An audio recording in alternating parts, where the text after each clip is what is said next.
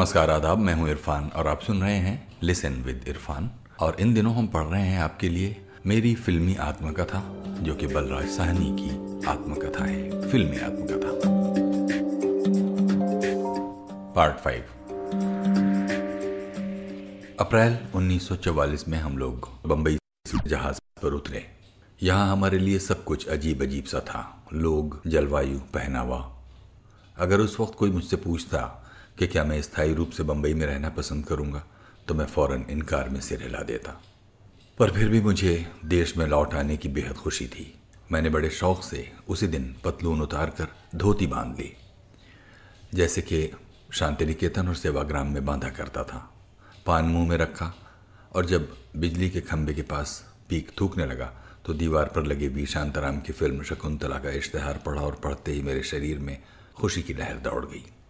प्रभात film company और शांताराम की पिछली फिल्म आदमी देखे हुए मुझे 4 साल बीत चुके थे। उसका भी मैंने मराठी रूप मानस ही देखा था, ठेठ मराठी शहर पूना में। वहाँ मैं हिंदुस्तानी तालीमी संघ की पहली कॉन्फ्रेंस के मौके पर सेवाग्राम से गया हुआ था। उस कॉन्फ्रेंस में अप्पा साहब पंत के साथ मेरी दोस्ती हो गई थी, जो आजकल शायद इंडोनेशिया में भारत के राजदूत लगे हुए हैं। तब वो ऑक्सफोर्ड की तालीम ख़त्म करके नए नए आए थे और झट से आज़ादी के आंदोलन में कूद पड़े थे। एक रियासत का राजकुमार इतनी बड़ी कुर्बानी करे, ये अचंभे की बात थी। मैं उनसे बहुत प्रभावित हुआ। पूना में उनका अपना पेशवाई ठाट बाट वाला घर था। वहाँ एक शाम भोजन करने के बाद भारती साराभाई, अप्पा पंत और मैं ये फिल्म देखने गए थे, जो उनके घर के नज़दीक ही चल रही थी। मैं बता नहीं सकता कि उस फिल्म का मेरे मन पर कितना गहरा असर पड़ा था। इतना यथार्थ वातावरण मैंने आज तक न्यू थिएटर की फिल्म में भी नहीं देखा था। मुझे लगा था जैसे मैं सिनेमा घर में बैठकर फिर उसी पूना शहर में घूम रहा हूँ।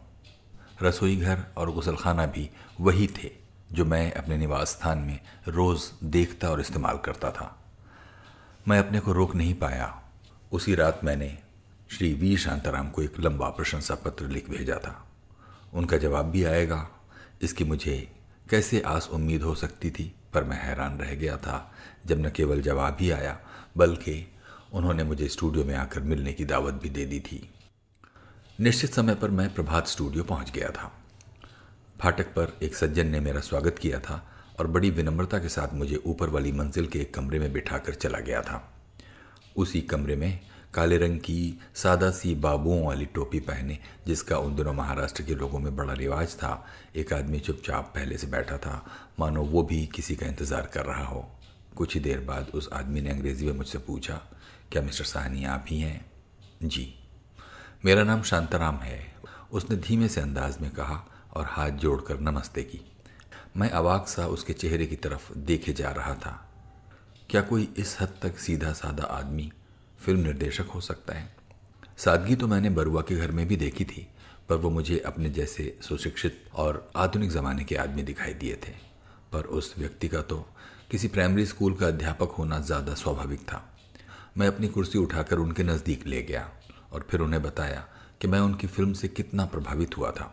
उन्होंने जवाब दिया कि वो मेरे नाम से परिचित ही नहीं हैं, बल्कि हिंदी पत्र पत्रिकाओं में मेरी कहानियाँ भी उनकी नज़रों से गुजर चुकी हैं। मैं हक्का बक्का सा उनकी तरफ देखता रह गया। आपने मेरी कहानियाँ? मैंने रुक रुक कर कहा। जी हाँ, हंस, विशाल भारत और दूसरी कई हिंदी मासिक पत्रिकाएं हमारे यहाँ आती हैं। अगर आपको अपनी किसी कहानी पर विश्वास हो कि उसके आधार पर अच्छी फिल्म बन सकती है, तो हमें ज़रूर भेजिए, बशर्ते कि वो छप चुकी हो। अगर किसी अन्य लेखक की कोई रचना पसंद आए तो वो भी भेजिए। हम उत्तम से उत्तम साहित्य को फिल्माना चाहते हैं। खिड़की के बाहर स्टूडियो के अहाते में शूटिंग के लिए बनाया हुआ 2-2, 3-3 मंजिले मकानों का एक मोहल्ला दिखाई दिया। वो कपड़ों के साथ जड़ी हुई लकड़ी की चौखटें नहीं थीं, जिन्हें मैं फिल्मों में आने के बाद देख देख कर उकता गया था।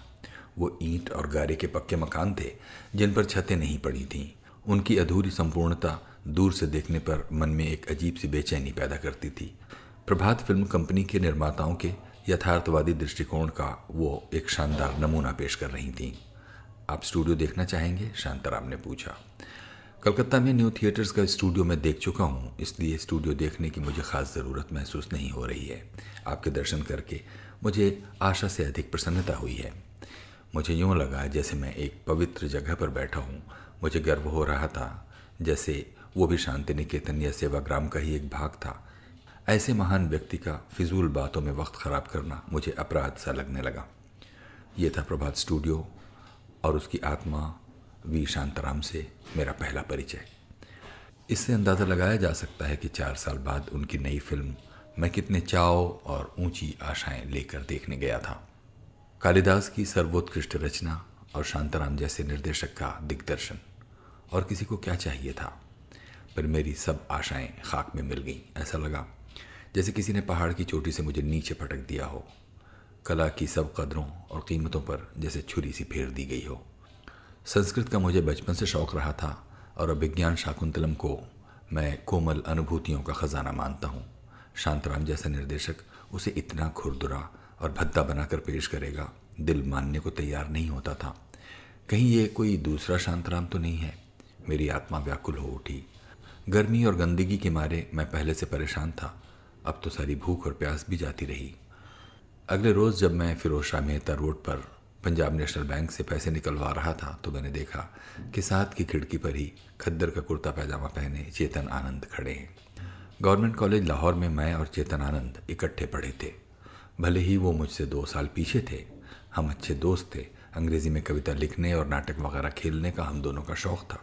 दोनों ही को कॉलेज में खुशवजा और खुशमिजाज व्यक्तित्व का कहकर सराहा और बिगाड़ा जाता था। जब मैं विलायत रवाना हुआ तो चेतन देहरादून के एक स्कूल में अध्यापक थे। अचानक ही उन्हें बम्बई में देखकर आश्चर्य भी हुआ और खुशी भी। चेतन ने बताया कि वो पढ़ाना छोड़कर फिल्म लाइन में आ गए हैं और इस समय 3-4 फिल्मों में हीरो हैं। अगर मैं गलती नहीं कर रहा तो नरगिस सबसे पहले चेतन के साथ हीरोइन बनकर आई थी। बैंक में खड़े खड़े ज़्यादा बातें नहीं हो सकती थी। चेतन ने दूसरे दिन हमें लंच पर बुला लिया। उन दिनों उनका घर बांद्रा में पाली हिल पर था। उस पहाड़ी को देखकर हमारे चेहरों पर रौनक आ गई। ऐसा लगा जैसे किसी हिल स्टेशन पर आ गए हों। बम्बई शहर के नज़दीक इतनी खूबसूरत पहाड़ियाँ भी हैं, ये हमें पहली बार पता चला। पहाड़ी की ढलान पर बना चेतन का घर बेहद सुंदर पहाड़ी बंगलों जैसा था। ऊपर की छत पर उसका एंग्लो इंडियन मालिक खुद रहता था। चेतन ने बताया कि वो बड़ा ही रंगीन मिजाज और अलबेला नवयुवक है। सारा सारा दिन वो अपने यार दोस्तों के साथ बियर पीता है, बैंड बजाता है और नाचता है। जितनी देर हम चेतन के यहाँ बैठे रहे, ऊपर लकड़ी की छत पर नाचने की आवाज़ आती रही, जो हिल स्टेशन की तस्वीर को और मुकम्मल करती थी। उस एंग्लो इंडियन का नाम वरनान था। 3 साल बाद देश की आज़ादी आई और बदले हुए हालात के अनुसार अपने आप को ढालने में वो बिल्कुल असमर्थ रहा। उसका घर बिक गया और फाकों की नौबत आ गई। कुछ साल बाद मैंने उसे चेतन की ड्राइवरी करते देखा। अब वो इस दुनिया में नहीं है। उसका लड़का नोएल जवान हो गया है। चेतन की फिल्म हकीकत में वो असिस्टेंट कैमरामैन था और 2-1 बरसों में पूरा कैमरामैन बन जाएगा। देखने में वो भी अंग्रेज़ ही लगता है, पर पिता को हिंदुस्तानी बनने में जितनी दिक्कत हुई थी उसे नहीं हुई। मेरे दिल में उसके लिए बड़ा प्यार है। चेतन के साथ गप्पे लड़ाते हुए चला कि युद्ध के दौरान फिल्मी दुनिया में बड़ी ज़बरदस्त तब्दीलियाँ आई हैं। अब केवल स्टूडियो के मालिक ही फिल्में नहीं बनाते और न ही अभिनेता या निर्देशक की तनख्वाह लेकर काम करते हैं। फिल्मों की मांग बहुत बढ़ गई है, इसलिए खुद फिल्म बनाने के बजाय मालिक स्टूडियो को किराए पर देकर ज़्यादा पैसे कमा सकता है। एक स्टूडियो में दिन रात लगातार 8-8, 10-10 फिल्मों की शूटिंग होती है। निर्माता सेठों से रुपया लेता है और निर्देशक कहानीकार, कलाकारों और तकनीशियनों से ठेका करता है। हर किसी को छूट है कि एक साथ जितने निर्माताओं की फिल्मों में चाहे काम करे। ठेके पर काम करके एक लोकप्रिय कलाकार महीने में 30-40 हज़ार तक कमा सकता है। सहगल की आमदनी इस समय हमसे भी ज़्यादा है, जबकि न्यू थिएटर्स में काम करके उनको मुश्किल से 4-5 हज़ार मिलते थे। कलाकारों की गुड्डी आसमान पर चढ़ गई है, क्योंकि उनके नामों को ही देखकर फाइनेंसर निर्माताओं को रुपया देते हैं और फिल्म बिकती भी स्टारों के सिर पर ही है। इसको स्टार सिस्टम कहते हैं। ये बातें हमारे कुछ पल्ले नहीं पड़ रही थीं और ना अब तक पड़ी हैं, पर यह ज़रूर सुनकर खुशी हुई कि सभ्य समाज में अब फिल्मों को उतनी बुरी नज़र से नहीं देखा जाता जितना लड़ाई से पहले देखा जाता था। अच्छे अच्छे घरों के लड़के लड़कियां फिल्मों में आ रहे थे।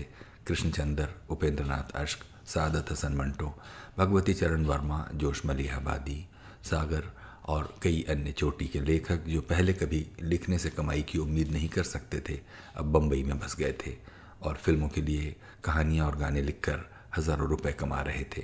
कृष्णचंद्र भी हमारे कॉलेज के ज़माने के साथ ही थे। वैसे हम गवर्नमेंट कॉलेज में पढ़े थे और वो FC कॉलेज में पढ़ते थे। एक बार उन्होंने ही मुझे खुद बताया था कि मेरी कहानियाँ पढ़कर ही उन्हें कहानीकार बनने का ख्याल आया था। इसमें कोई शक नहीं कि मेरे विलायत जाने से पहले उन्होंने उर्दू में इतना नाम नहीं कमाया था जितना मैं हिंदी में पैदा कर चुका था। 2 फरलांग लंबी सड़क उनकी पहली कहानी थी जिसके लिए उन्हें बहुत प्रशंसा मिली थी। पर चेतन ने बताया कि लड़ाई के दिनों में उन्होंने बेहिसाब लिखा है और उर्दू साहित्य में प्रमुख स्थान हासिल कर लिया है। बंगाल के अकाल के बारे में लिखे उनके उपन्यास अन्नदाता ने तहलका मचा दिया है। इंग्लैंड में मैंने पूरे 4 साल कुछ भी नहीं लिखा था, पर अपने आप को साहित्यकारों में गिनने का मुझे अब भी चाव था। ये सोचकर हौसला हुआ कि अगर कोई और काम न बना तो शायद फिल्मों के लिए कहानियाँ लिखकर रोज़ी कमाने लायक हो जाऊँगा। अभिनेता बनने का मुझे उस वक्त ख्याल नहीं आया था और मैं फिल्मों को दूर दूर से ही देख रहा था, जैसे उनके साथ मेरा कोई सरोकार ही ना हो। चेतन यार, तुम तो कहते हो फिल्मों ने तरक्की की है, लेकिन शांताराम की फिल्म देखकर तो मुझे तरट्टी चौड़ का एहसास हुआ है। चेतन हंस पड़े और वही समझदारी वाली मुद्रा बनाकर कहने लगे, ये शांताराम ने बॉक्स ऑफिस फिल्म बनाई है। दम्मो और मैं हैरान होकर उनकी तरफ देखते रह गए। ये शब्द फिल्मों के सिलसिले में हमने पहली बार सुना था। ये पता नहीं था कि आगे जाकर इस मनहूस शब्द से रोज़ वास्ता पड़ेगा। क्या मतलब? मैंने पूछा। मतलब ये कि अब फिल्मों की कामयाबी की शर्त उनका कलात्मक स्तर नहीं है, बल्कि ये है कि वे पैसा कितना बनाती हैं। शकुंतला कलात्मक दृष्टिकोण से चाहे घटिया हो, पर व्यापारिक दृष्टि से खूब कामयाब है। बॉक्स ऑफिस के सारे रिकॉर्ड तोड़ रही है। लेकिन पहले भी तो शांताराम की फिल्में चलती ही थीं, मैंने कहा। अब उतनी कामयाबी के साथ कुछ नहीं बनता। फिल्मों की लागत बहुत बढ़ गई है और उसके साथ लोगों की रुचि भी बदल गई है। वो गंभीर, दुखांत और आदर्शवादी फिल्में नहीं देखना चाहते। वो चाहते हैं मनोरंजन, नाच गाने, हंसी खेल। तुम्हारा मतलब है कि न्यू थिएटर्स की फिल्मों से मनोरंजन नहीं होता था? मध्यम वर्गीय पढ़े लिखे लोगों का ज़्यादा होता था, आम जनता का कम, और एक ही तरह की फिल्मों को बार बार देखकर तंग भी आ गए थे। न्यू थिएटर्स और प्रभात ने केवल दुखांत की लकीर पकड़ी हुई थी और उनकी फिल्मों की चाल भी सुस्त थी और गाने भी सुस्त थे।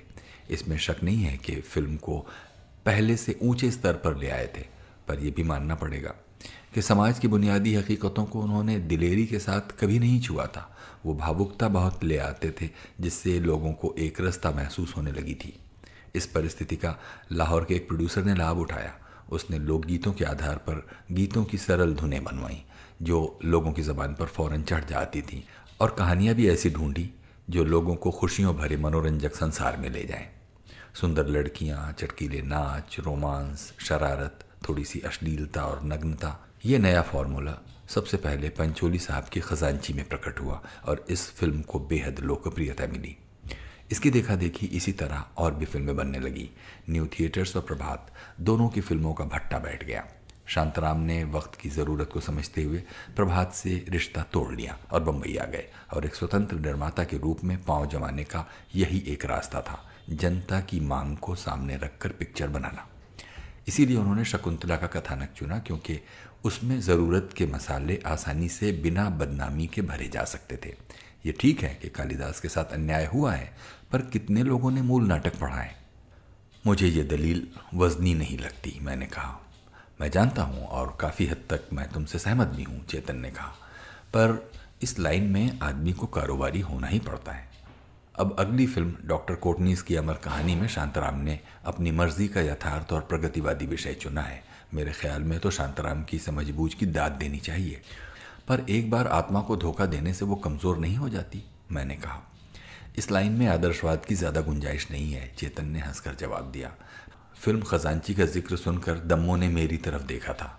हमें याद आया जब इस फिल्म के गीत रेडियो पर बजाने के लिए हमारे पास पहले पहले लंदन पहुंचे थे, तो हमारे सारे कर्मचारी उन्हें सुनकर हंस हंस कर दोहरे हुए जा रहे थे। उनमें हिंदुस्तानी और यूरोपियन संगीत का हद से ज़्यादा ओछा और बेजोड़ मिश्रण था। एक गीत तो हमें ख़ास तौर पर बेसुरा और हास्यास्पद लगा था। पंछी जा पीछे रहा है बचपन मेरा, उसको जा कर ला। हमने इन रिकॉर्डों को एक तरफ रख दिया था। किसी अंग्रेज़ी साथी के सामने इन्हें बजाने की हमारी हिम्मत नहीं होती थी। हमारे दिलों पर आर.सी. बड़ाल और पंकज मलिक के सुंदर गीतों की छाप थी। सहगल, कानन बाला, केसी डे और उमा शशि की आवाज़ के हम दीवाने थे। सहगल के लिए मेरी श्रद्धा लंदन जाकर और भी बढ़ गई थी। उनके हर गीत में, हर गज़ल में सुंदरता का कोई ना कोई नया छोर मिलता ही रहता था और मन को मुग्ध कर देता था।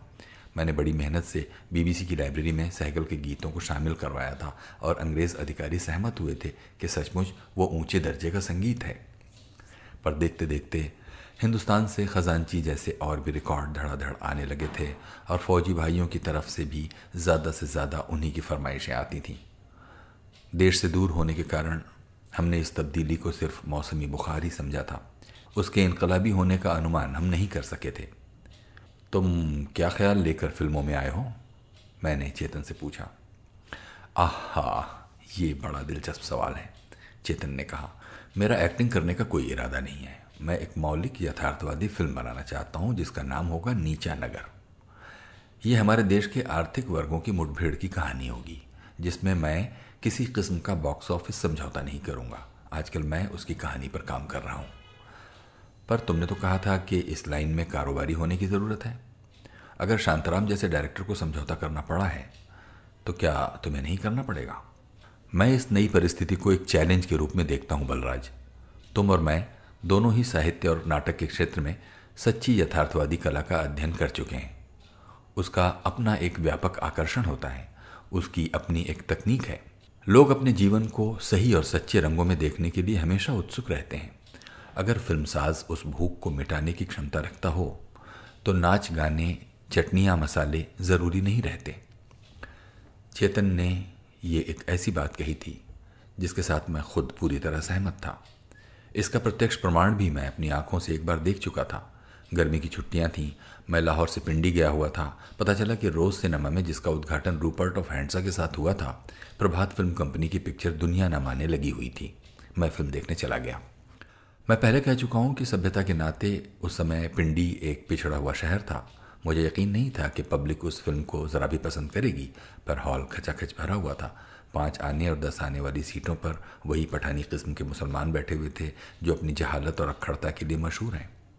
फिल्म में एक जगह शांता आप्टे, जिसकी शादी उसकी इच्छा के विरुद्ध एक बूढ़े आदमी से कर दी जाती है, अपने प्रोफेसर अंग्रेज़ कवि लॉन्गफेलो की कविता tell me not in mournful numbers, life is but an empty dream पूरी की पूरी गाकर सुनाती है। काफ़ी लंबी कविता है ये, पर दर्शकों का 10वां भाग भी अंग्रेज़ी नहीं समझता था।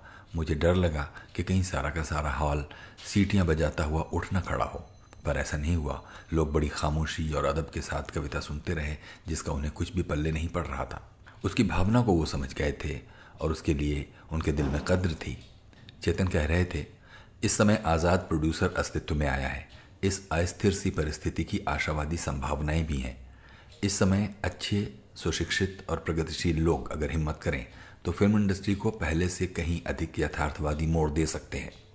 अगर इस मौके का फ़ायदा नहीं उठाया गया तो मैदान पूरी तरह सस्ती फिल्में बनाने वाले मनोरंजनवादियों के हाथों में चला जाएगा। हम बड़े ध्यान से चेतन की उत्साहपूर्ण बातें सुनते रहे। उस उत्साह में हम स्वयं कितने शरीक हो सकते हैं हमें पता नहीं था।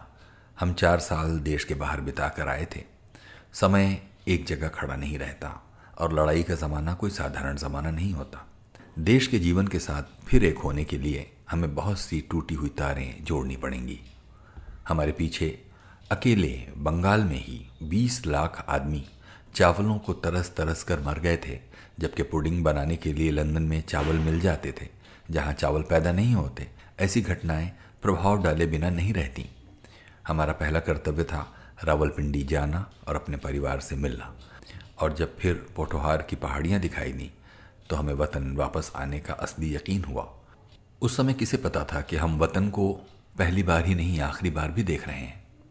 किसे पता था कि उससे भी और एक दूसरे से भी सदा सदा के लिए बिछुड़ जाने की घड़ी सिर पर मंडरा रही है। बाज नसीबा न पानी पीता बुके भर, कौन सा इनू आंखें इंज नहीं इंज कर।